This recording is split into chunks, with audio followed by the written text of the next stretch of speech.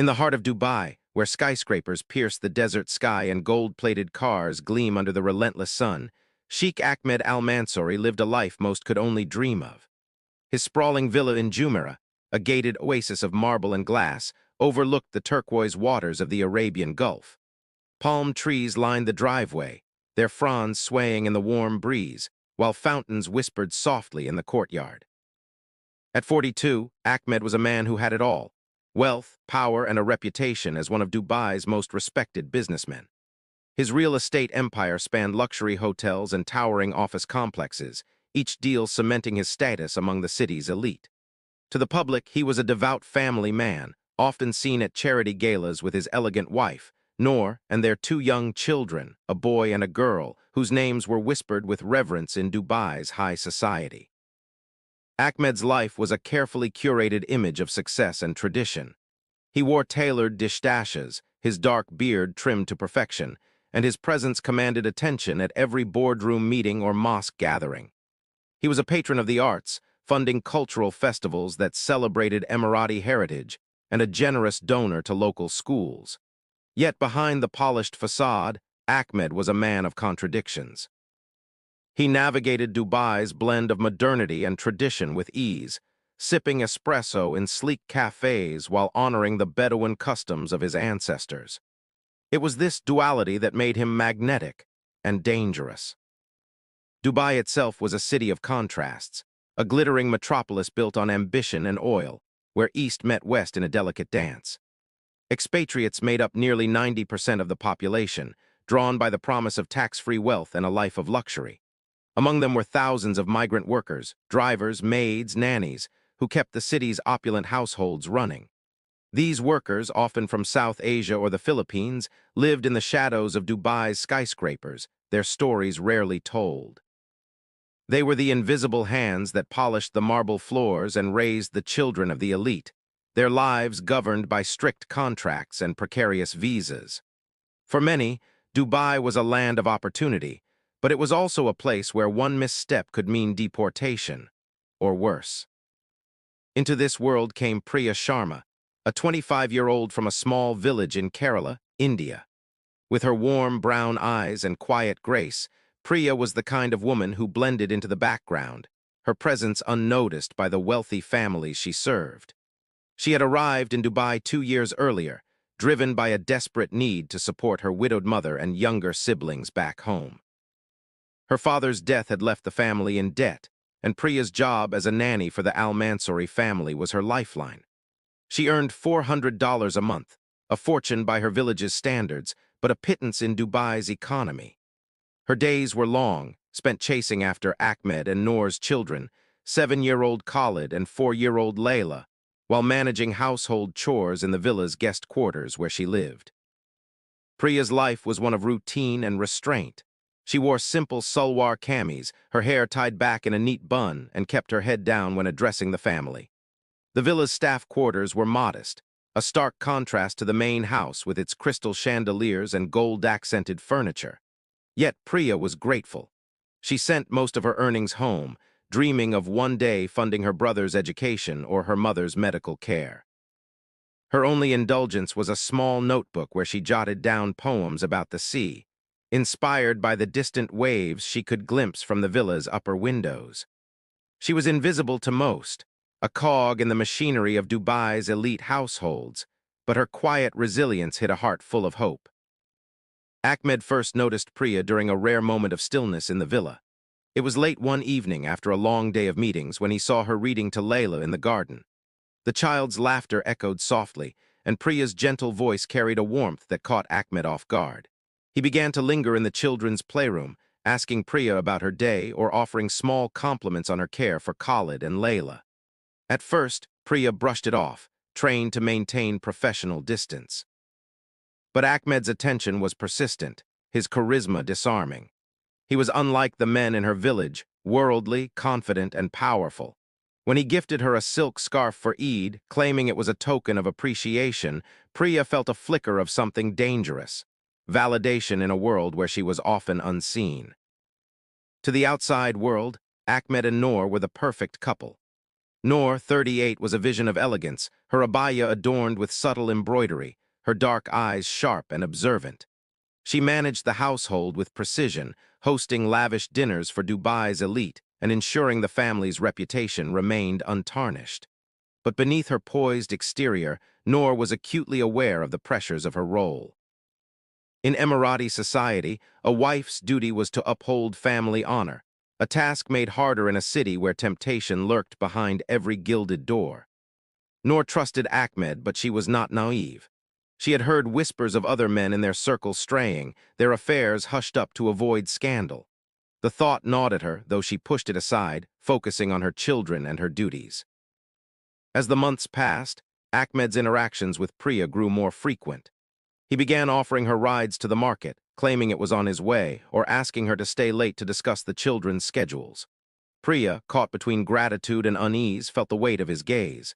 She knew the risks. An affair with her employer could cost her job, her visa, her future. Yet in a city that dazzled with possibility, Ahmed's attention was a temptation she hadn't anticipated. The stage was set for a forbidden connection, one that would unravel the carefully woven threads of their lives and lead to a tragedy that would echo across Dubai's shores. In the gilded cage of the Al-Mansoori villa, where every surface gleamed with wealth and every moment was governed by decorum, a dangerous spark ignited between Sheikh Ahmed Al-Mansoori and Priya Sharma. What began as fleeting glances and small gestures of kindness soon spiraled into a clandestine affair that threatened to unravel the carefully constructed lives of everyone involved. For Priya, a 25-year-old nanny from a modest Indian village, Ahmed's attention was a heady mix of flattery and peril. For Ahmed, a 42-year-old Emirati businessman accustomed to power, Priya represented a forbidden thrill, a secret he could keep hidden in the shadows of Dubai's opulent world. The affair began innocently enough, or so it seemed. One humid evening, as the call to prayer echoed across Jumeirah, Ahmed found Priya in the kitchen, preparing a late-night snack for his daughter, Layla. He lingered, offering to help, his fingers brushing hers as he passed a plate. Priya froze, her heart pounding, aware of the invisible line that separated them.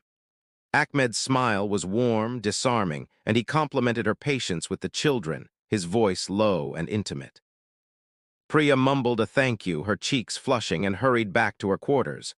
But the seed was planted, and Ahmed's small acts of kindness, extra days off, a new phone for emergencies, a lingering look during family dinners, began to erode her defenses. Priya was no stranger to hardship. Back in Kerala, she had grown up in a cramped house with a leaking roof, her days spent helping her mother stitch clothes to pay off her father's debts. In Dubai, she was invisible, a cog in the machinery of the Al-Mansoori household. Yet Ahmed's attention made her feel seen, valued in a way she hadn't expected. He began seeking her out, asking about her life in India, her dreams, her poems. Priya, cautious but flattered, shared fragments of her world. A childhood memory of monsoon rains, a hope to see her brother through college. Ahmed listened, his dark eyes fixed on her, and for the first time, Priya felt like more than a servant. Their meetings grew bolder. Ahmed invited Priya to join him on errands, claiming it was practical for her to accompany him to the market or to pick up the children's school supplies. In the privacy of his sleek black Bentley, with tinted windows shielding them from Dubai's prying eyes, they talked. Ahmed spoke of his pressures, running a business empire, maintaining family honor, navigating Dubai's elite circles. Priya, emboldened by his openness, admitted her loneliness, the ache of being so far from home. One evening, as they parked near the Burj Khalifa, its lights glittering like 1,000 stars, Ahmed reached for her hand. Priya hesitated but didn't pull away. The line had been crossed. The affair escalated in secret corners of Dubai's sprawling cityscape. Ahmed arranged rendezvous in discreet locations: a private yacht docked at Dubai Marina, a secluded rooftop lounge reserved under a false name, a late-night drive along the empty roads of the desert.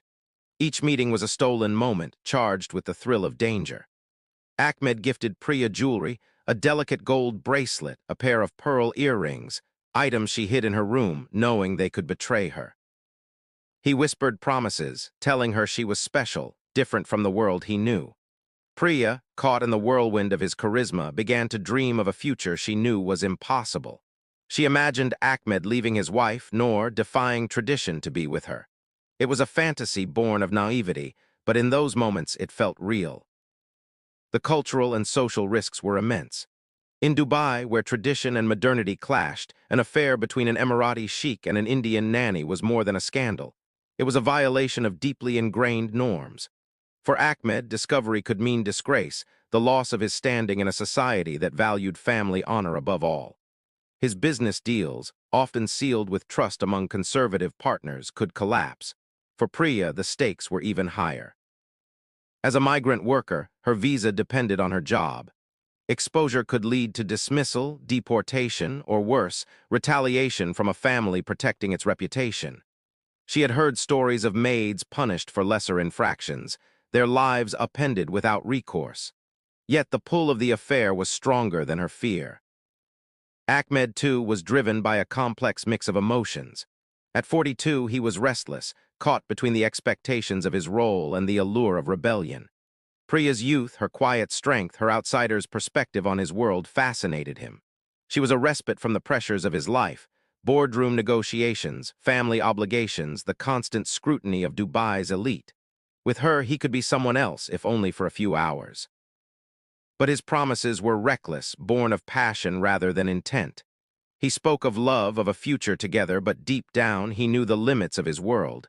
Leaving Noor, defying his family, was unthinkable. Priya was a secret, a thrill to be savored in the shadows.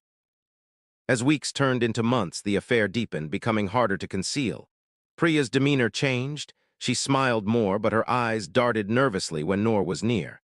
Ahmed grew careless, lingering too long in the playroom, his excuses for late nights flimsier. The household staff, ever watchful, began to whisper.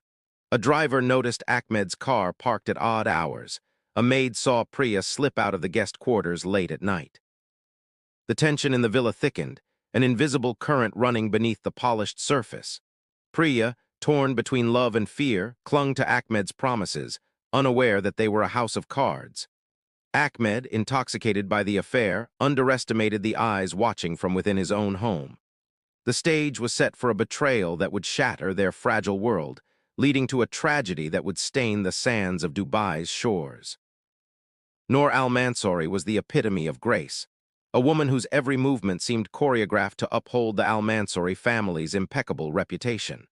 At 38, she was a vision in her embroidered abaya, her dark eyes sharp beneath kohl-lined lids, her presence commanding respect in Dubai's elite circles.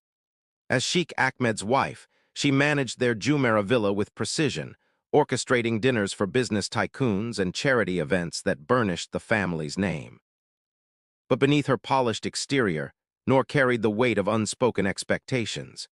In Emirati society, a wife's role was not just to support her husband, but to safeguard the family's honor, a task that demanded vigilance in a city where wealth and temptation intertwined like vines. As the summer heat blanketed Dubai, Noor began to sense a shift in her carefully ordered world, a shadow cast by her husband's late nights and the nervous glances of their nanny, Priya Sharma. The first signs were subtle, easily dismissed. Ahmed, always a busy man, had started returning home later, his excuses vague, meetings that ran long, dinners with investors. Noor noticed his distracted air, the way his phone buzzed more often, his quick glances at the screen when he thought she wasn't looking. She tried to ignore it, chalking it up to the pressures of his real estate empire. But then there was Priya.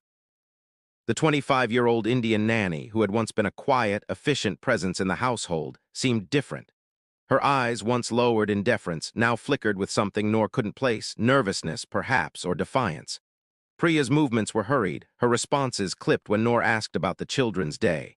The other maids whispered in the kitchen, their voices falling silent when Noor entered. The air in the villa grew heavy, charged with secrets. Noor's suspicion took root one sweltering afternoon in the children's playroom. She had come to check on Layla, her 4-year-old daughter, and found Priya reading to her. Ahmed was there too, an unusual sight for a weekday.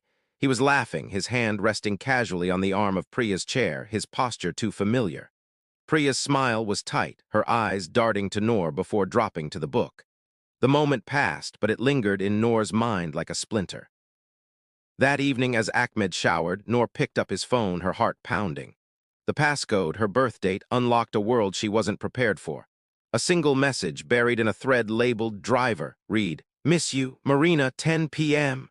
The number wasn't saved, but Noor recognized the tone, the intimacy. Her hands trembled as she set the phone down, her mind racing. Determined to uncover the truth, Noor became a silent investigator in her own home. She watched Priya closely, noting the new gold bracelet that glinted on her wrist, a piece far too expensive for a nanny's salary. She questioned the other staff discreetly, masking her inquiries as concern for household efficiency. The driver, loyal but uneasy, admitted to dropping Ahmed at odd locations, a marina, a rooftop bar, without clear explanations. A maid mentioned seeing Priya leave the guest quarters late at night, her figure disappearing into the shadows of the villa's garden. Noor's heart sank with each piece of evidence, but she needed certainty. She began checking Ahmed's credit card statements, finding charges for restaurants she'd never visited, hotels she'd never stayed in. The final blow came when she found a receipt for a pearl necklace tucked in Ahmed's desk drawer, dated the same day Priya had worn a new pendant. The discovery shattered Noor's world. Alone in her bedroom, surrounded by the trappings of her perfect life, silk drapes, a gilded mirror, a photo of her and Ahmed at their wedding, she felt rage and humiliation collide. The affair wasn't just a betrayal of their marriage. It was a violation of the honor she had spent years upholding. In Dubai's conservative circles, a husband's infidelity could taint a family's reputation, casting Noor as a failure in her role as wife. The thought of Priya, a nanny, a migrant worker crossing that sacred line, was unbearable. Noor's mind churned with images of whispered gossip at gala dinners, pitying glances from other wives. Yet her anger was tempered by fear of scandal, of losing her children's respect, of her carefully built life crumbling. Noor decided to confront Priya, but she needed to do so without alerting Ahmed. One evening, as the villa quieted and the children slept, she summoned Priya to the living room. The space, with its plush velvet sofas and crystal chandelier, felt like a courtroom. Priya stood before her, eyes downcast, her hands twisting nervously. Noor's voice was cold, measured. "I know about you and my husband," she said, watching Priya's face pale. Priya stammered, denying at first, then crumbling under Noor's piercing gaze. "He loves me," Priya whispered, her voice breaking. "He said he'd leave you, that we'd be together." Noor's laugh was sharp, bitter. She saw Priya not as a rival, but as a naive girl caught in a game she couldn't win. Yet the words stung, fueling Noor's rage. She warned Priya to stay away from Ahmed, threatening her job and visa, but stopped short of firing her, wary of drawing attention to the affair. The confrontation left Noor shaken but resolute. She couldn't face Ahmed yet. The shame of his betrayal was too raw, and she feared his charm would sway her. Instead, she lay awake at night, replaying Priya's words, the image of her husband's duplicity burning in her mind. In Emirati culture, honor was paramount, and Noor felt its weight pressing down on her. To expose the affair would invite scandal, but to ignore it would erode her dignity. She began to plot, her thoughts darkening as she imagined restoring her family's honor. The villa, once a sanctuary, now felt like a stage for an impending tragedy, its walls closing in on a secret that could no longer be contained. The air in the Al-Mansoori villa had grown thick with unspoken truths, each day a tightrope walk over a chasm of betrayal. Noor Al-Mansoori, once the poised matriarch of a Dubai dynasty, was now a woman consumed by rage and shame. Her confrontation with Priya Sharma, the 25-year-old Indian nanny who had ensnared her husband, Sheikh Ahmed, had only deepened her wound. Priya's tearful claim that Ahmed loved her, that he had promised a future together, echoed in Noor's mind, a taunt to her pride and her place in Dubai's elite society. The weight of honor, a cornerstone of Emirati culture, pressed heavily on Noor, urging her to act. She could not let this affair dismantle her family's reputation, nor could she endure the whispers that would surely follow if the truth surfaced. In the quiet of her bedroom, Noor devised a plan not to expose Priya, but to end the threat she posed once and for all. The plan took shape over days, cloaked in the routine of her duties. Noor maintained her composure, hosting a charity luncheon with a serene smile, all while her thoughts churned with dark resolve. She chose a secluded beach near the family's summer villa in Al-Sufau, a stretch of sand where the city's glitter faded into the endless rhythm of the Arabian Gulf. It was a place rarely visited at night, far from the prying eyes of Dubai's bustling core. Noor told herself this meeting would be a final warning, a chance to scare Priya into leaving the city. But deep down, a colder intent simmered, fueled by the betrayal that had shattered her world. On a moonless Thursday night, Noor summoned Priya under the pretense of discussing her employment. She sent a text from a burner phone, a device she'd purchased discreetly at a mall. "Meet me at the Al Sufal beach near the villa. 11 p.m. We need to talk about your future." Priya, already rattled by their earlier confrontation, agreed, her response hesitant but compliant. Noor drove alone, her abaya blending into the night, her heart pounding with a mix of fear and determination. The beach was desolate, the only sounds the lapping waves and the distant hum of the city. The Al-Mansoori summer villa loomed nearby, its windows dark, a silent witness to the drama about to unfold. Priya arrived on foot, having taken a taxi to a nearby road and walked the rest of the way. Her figure was small against the vastness of the beach, her dupatta fluttering in the breeze. She carried a small bag, perhaps expecting a payoff or a severance, her eyes wide with apprehension. Noor stood near a cluster of rocks, her silhouette stark against the faint glow of the sea. "You shouldn't have come into my home," Noor began, her voice low but sharp, cutting through the night. Priya's lips trembled as she tried to explain. "I didn't mean to hurt you," she said, her voice breaking. "Ahmed said he loved me, he said he'd leave you." The words were a spark to Noor's smoldering rage. She stepped closer, her eyes blazing. "You think you can take my place? You're nothing but a servant." The argument escalated quickly, voices rising over the crash of waves. Priya, desperate to defend herself, admitted the depth of the affair. Months of secret meetings, promises of a life together, gifts that had made her believe in Ahmed's sincerity. Each revelation was a dagger to Noor's pride. She saw not just a betrayal by her husband, but a violation of the social order she had upheld her entire life. Priya, emboldened by fear, pleaded for mercy, saying she would leave Dubai if Noor let her go. But Noor's rage had crossed a threshold. The cultural weight of honor, the humiliation of being usurped by a nanny, the fear of her children learning of their father's shame. It all converged in a moment of blinding fury. Noor had brought a heavy brass statue from the villa, a decorative piece shaped like a falcon, tucked into her bag as a precaution, or so she told herself. As Priya turned to walk away, tears streaming down her face, Noor's restraint snapped. She grabbed the statue and struck Priya on the back of the head, the impact a dull thud against the sound of the sea. Priya crumpled to the sand, blood seeping into the grains. Noor froze, the statue slipping from her hands, her breath ragged. For a moment she stood over Priya's motionless body, the reality of her actions crashing over her like the waves. Panic set in, but Noor's survival instinct was sharp. She scanned the beach, no witnesses, no lights. She dragged Priya's body closer to the water's edge, hoping the tide might obscure evidence, and wiped the statue clean before tossing it into the sea. Back at the villa, Noor moved with mechanical precision. She showered, changed her clothes, and burned her abaya in a small fire pit used for garden waste, the flames consuming the last traces of her presence at the scene. She slipped into bed beside Ahmed, who was asleep, oblivious to the storm his actions had unleashed. But sleep eluded Noor, her mind replaying the moment of violence, the weight of the statue, the silence that followed. She told herself it was justice, a defense of her family's honor, but the truth gnawed at her. She had crossed a line from which there was no return.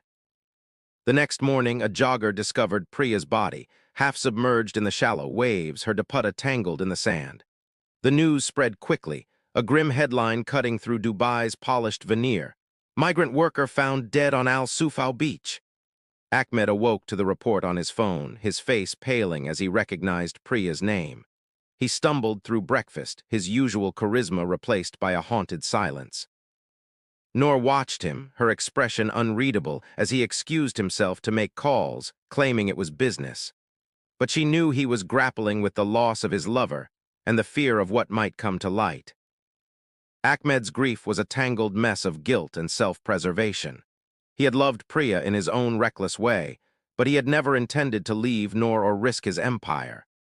Now, with Priya dead, he feared the affair would be exposed, linking him to a scandal that could ruin him. He called a trusted aide, instructing him to monitor the police investigation discreetly, claiming concern for the household's safety. Meanwhile, Noor maintained her facade, attending a women's luncheon with a serene smile, her hands steady as she poured tea. But inside, she was unraveling, haunted by the image of Priya's lifeless body and the knowledge that her actions had set a chain of consequences in motion. The beach, once a place of quiet beauty, was now a grave, and the secrets buried in its sands were about to surface. The discovery of Priya Sharma's body on the Al Sufal beach sent ripples through Dubai, a city accustomed to shielding its darker truths behind a facade of luxury. By mid-morning, the desolate stretch of sand was cordoned off, police tape fluttering in the sea breeze as officers combed the scene.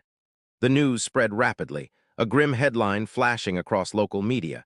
Indian nanny found dead in suspected homicide. For Dubai's authorities, the case was a delicate matter. Priya, a 25-year-old migrant worker, was one of thousands whose labor sustained the city's elite. Yet her death risked exposing the underbelly of a society built on stark inequalities. The Al-Mansoori family, with their wealth and influence, loomed large over the investigation, and the police faced pressure to resolve the case quickly, without stirring a scandal among the city's powerful. The initial investigation focused on Priya's life as a migrant worker. Detectives interviewed her colleagues at the Al-Mansoori villa, piecing together her routine. The household staff, wary of jeopardizing their employers, spoke cautiously, describing Priya as quiet and diligent but hinting at recent changes, her nervousness, her occasional absences. The medical examiner's report confirmed the cause of death: blunt force trauma to the head, likely from a heavy object, with sand and salt water in her lungs suggesting she was alive, barely, when left by the water. A faint bruise on her arm, shaped like a handprint, hinted at a struggle. The absence of the murder weapon complicated matters, but a trace of blood on a nearby rock caught the investigators' attention, suggesting it might have been used to clean or discard the weapon. The police soon turned their focus to the Al-Mansoori household. Priya's employment with Sheikh Ahmed and Noor Al-Mansoori placed them under scrutiny, though their status demanded discretion. Detectives visited the villa, their presence a stark contrast to its usual elegance. Noor greeted them with practiced calm, her abaya immaculate, offering tea and expressing shock at Priya's death. "She was a good nanny," Noor said, her voice steady. "We're devastated." Ahmed, however, was less composed, his usual charisma dimmed by sleepless eyes. He echoed Noor's sentiments, claiming Priya had been troubled, perhaps involved with someone outside the household. His words were vague, deflecting, and the detectives noted his unease. Evidence began to mount, slowly but inexorably. A CCTV camera from a nearby villa captured a car matching Noor's silver Mercedes leaving the beach area around 11:30 p.m., its license plate partially visible. Forensic teams scoured the scene, finding a single thread of black fabric, consistent with an abaya caught on a jagged rock. Lab analysis later confirmed traces of Noor's DNA on the thread, a damning link. The burner phone Noor had used to text Priya was traced to a mall purchase, and though she had discarded it, security footage showed a woman resembling Noor buying it days before the murder. The noose was tightening, but the police proceeded cautiously, aware of the Al-Mansoori's influence and the potential for backlash. Ahmed's behavior drew suspicion as well. His aide, tasked with monitoring the investigation, inadvertently revealed Ahmed's concern about Priya's associations, hinting at knowledge of her personal life. Detectives pressed the household staff further, and one maid, emboldened by anonymity, admitted to overhearing a tense exchange between Noor and Priya days before the murder. "Madam was angry," she whispered. "She told Priya to stay away from the sheikh." This revelation shifted the investigation's focus to Noor, but the police needed more to confront a woman of her stature. They subpoenaed Ahmed's financial records, uncovering payments for a yacht rental and a rooftop lounge, locations linked to Priya's late-night absences, suggesting an affair. Ahmed's world was unraveling, the loss of Priya, whom he had cared for. The trial of Noor Al-Mansoori gripped Dubai, transforming the Al-Mansoori family's private tragedy into a public spectacle that exposed the fault lines of a city built on wealth and tradition. The courtroom, a sleek modern chamber in Dubai's judicial complex, was packed with journalists, activists, and curious onlookers. all drawn to the sensational case of a prominent Emirati wife accused of murdering her husband's lover, Priya Sharma, a 25-year-old Indian nanny. The headlines screamed betrayal and bloodshed, and the case became a lightning rod for debates about honor, power, and the invisible lives of migrant workers. For Noor, standing in the dock with her abaya pristine but her face drawn, the trial was a crucible where her fate and her family's legacy would be decided. The prosecution painted a damning picture. They presented the CCTV footage of Noor's Mercedes near the Al Sufal beach, the DNA-laced abaya thread, and the burner phone receipt, weaving a narrative of premeditated murder driven by jealousy and cultural duty. The prosecutor, a sharp-eyed Emirati woman, described Noor's rage upon discovering Sheikh Ahmed's affair with Priya, arguing that she lured the nanny to the beach to eliminate the threat to her family's honor.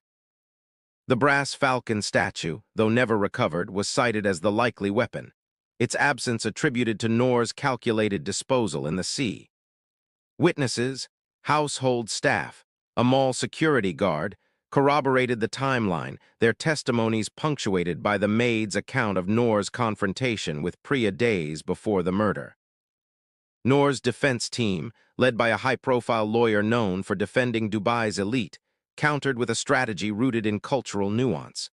They argued temporary insanity, claiming Noor acted in a moment of emotional collapse, provoked by Priya's affair with her husband. Noor was protecting her family's honor, a sacred duty in our society, the lawyer declared, framing her actions as a desperate response to betrayal rather than cold-blooded murder. Noor took the stand, her voice steady but eyes glistening, recounting the humiliation of learning about the affair. "I only wanted to scare her," she insisted, claiming the blow was accidental, a reflex born of rage. The defense leaned heavily on her status as a devoted wife and mother, urging the court to see her as a victim of circumstance. The trial divided Dubai's public. Social media buzzed with polarized opinions. Some saw Noor as a wronged woman upholding tradition, others as a privileged figure who exploited her power to kill a vulnerable migrant. Expatriate communities, particularly from South Asia, rallied for Priya, holding vigils outside the courthouse and demanding justice for a woman whose life had been deemed expendable. Local media, cautious of offending powerful families, framed the case delicately, but international outlets were less restrained, casting a spotlight on Dubai's treatment of migrant workers. The case exposed the city's contradictions, a global hub of modernity where ancient codes of honor still held sway, and where the elite often operated above scrutiny. The verdict came after weeks of testimony. Noor was convicted of manslaughter, not murder, a compromise that reflected the court's sensitivity to cultural pressures. She was sentenced to 7 years, a relatively lenient term given her status and the defense's framing of her actions as a crime of passion. Gasps rippled through the courtroom. Some saw the ruling as justice tempered by mercy, others as proof that wealth shielded the guilty. Noor remained stoic, her gaze fixed on the floor as she was led away, her once impeccable reputation now a casualty of the trial's glare. The cultural fallout was seismic. The trial sparked debates about the vulnerabilities of migrant workers like Priya, whose precarious status left them open to exploitation. Advocacy groups pushed for reforms, citing Priya's case as a call to protect domestic workers' rights. Meanwhile, Noor's conviction challenged the sanctity of family honor, prompting soul-searching among Dubai's conservative circles. Some quietly sympathized with her, seeing her as a woman driven to extremes by societal expectations, while others condemned her for tarnishing the Emirati image. The Al-Mansoori name, once synonymous with prestige, became a cautionary tale, whispered in the salons and boardrooms of Dubai's elite. Ahmed, absent from the courtroom's daily drama, faced his own reckoning. His silence during the trial, a bid to protect his empire, only deepened his isolation. The affair's exposure cost him allies, and his business ventures faltered as partners distanced themselves. The trial laid bare the cost of his recklessness, leaving him to navigate a city that now viewed him with suspicion. For Priya's family in India, the verdict offered little solace. They received a modest settlement, arranged through diplomatic channels, But no amount could replace the daughter whose dreams had led her to Dubai's shores, only to end in tragedy. The trial of Noor Al-Mansoori left Dubai's glittering facade cracked, its verdict a quiet echo in a city that thrived on silence. Noor, once the poised matriarch of the Al-Mansoori family, now faced 7 years behind bars, her life reduced to a cell far removed from the marble halls of her Jumeirah villa. The manslaughter conviction, a compromise born of cultural nuance, spared her a harsher fate but could not erase the stain on her family's name. Sheikh Ahmed, her husband, withdrew from public life, his real estate empire faltering as partners shunned him. The affair with Priya Sharma, the 25-year-old Indian nanny whose death had unraveled their world, had cost him more than he could have imagined. His children, Khalid and Layla, were shielded from the worst, sent to boarding schools abroad, but the whispers of their parents' scandal followed them like shadows. For Priya's family in Kerala, the aftermath was a hollow grief. The settlement they received, facilitated by diplomatic pressure, was a pittance compared to their loss. Priya's mother clutched her daughter's notebook of poems, the only remnant of her dreams, while her siblings struggled to move forward without her support. The injustice stung. A migrant worker's life, so easily extinguished, seemed to matter less in a city where wealth dictated worth. Advocacy groups amplified their story, but in Dubai, the case faded from headlines, buried beneath the city's relentless pursuit of glamour. The tragedy laid bare the tensions at Dubai's core, a metropolis where modernity and tradition collided with devastating consequences. Noor's actions, driven by the cultural imperative of honor, reflected a society where a wife's role was to protect her family's reputation at all costs. Yet, her conviction challenged that very code, exposing its flaws in a globalized world. Priya's vulnerability as a migrant worker highlighted the stark inequalities that underpinned Dubai's luxury, where the labor of thousands like her went unseen until tragedy struck. The case became a mirror, forcing the city to confront uncomfortable truths about power, privilege, and the human cost of its opulence. Ahmed's silence in the aftermath spoke volumes. Haunted by guilt over Priya's death and his role in igniting Noor's rage, he became a ghost in his own city, his charisma replaced by a hollow gaze. The villa, once a symbol of triumph, stood empty, its fountain silent, a monument to a family undone by betrayal. Noor, in her prison cell, grappled with her actions, torn between remorse and the belief that she had protected her children's future. The beach at Al Sufau, where Priya's life ended, remained a haunting reminder, a stretch of sand that held the weight of secrets too heavy to stay buried. This story, like the waves that washed over Priya's body, leaves a lingering question. What does justice mean in a city built on contrasts? For readers and viewers, the tragedy of Priya, Noor, and Ahmed is a call to reflect on the hidden lives behind Dubai's dazzle, the price of honor, and the fragility of dreams in a world divided by power. The beach, now quiet under the stars, stands as a testament to a truth exposed. Even in a city of gold, some wounds never heal.